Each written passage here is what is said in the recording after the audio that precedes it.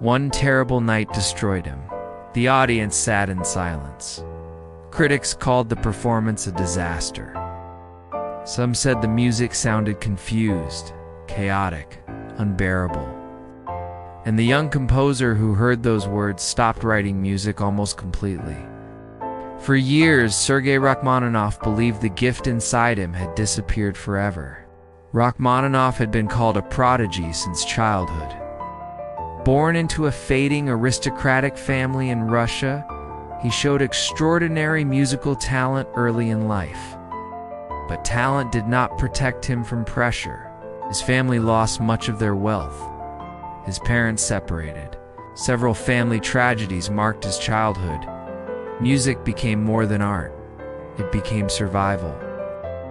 Tall, quiet, intensely sensitive, Rachmaninoff carried emotions deeply within himself. And as expectations around him grew, so did fear. Then came the premiere that changed everything. In 1897, Rachmaninoff unveiled his First Symphony. It should have been a triumph. Instead, it became one of the greatest humiliations of his life.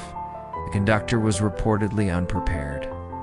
The performance fell apart. Critics were ruthless.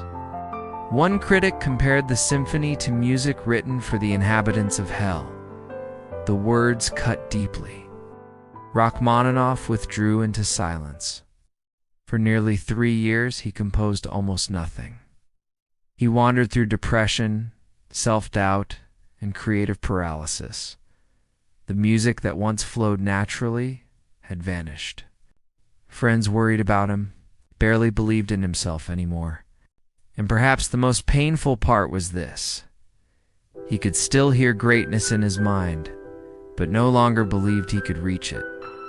To the outside world, he was successful, but internally, he felt broken. Years later, many people would recognize this feeling instantly. The fear that maybe your best work is already behind you. The fear that failure has revealed who you truly are. Then something unexpected happened. Rachmaninoff began therapy with a physician named Nikolai Dahl. Dahl used early forms of hypnosis and psychological suggestion. Session after session, he repeated gentle affirmations. You will begin to write your concerto. You will work with great ease. Slowly, something inside Rachmaninoff began to return. Not confidence all at once, but possibility. And from that fragile return came one of the most beloved piano works ever written. In 1901, Rachmaninoff premiered his Piano Concerto No. 2. The same man who once believed his music was gone forever had written something timeless. The concerto was powerful, emotional, deeply human. Not because it sounded perfect, but because suffering lived inside it. Even today, listeners hear something unmistakable in Rachmaninoff's music. Longing, the ache of memory, the fear of loss, the hope that beauty can still survive pain. But history would wound him again. After the Russian Revolution, Rachmaninoff fled his homeland with his family. He would never truly return. Exile haunted him. Though he became internationally famous, performed in grand concert halls, and earned admiration around the world, part of him remained homesick forever. He missed the Russia of his memory, the bells, the landscapes, the atmosphere of his youth. His later music carries that sadness quietly beneath the surface. Not dramatic grief, but distance. Today, many people know Rachmaninoff's music, without knowing the man behind it.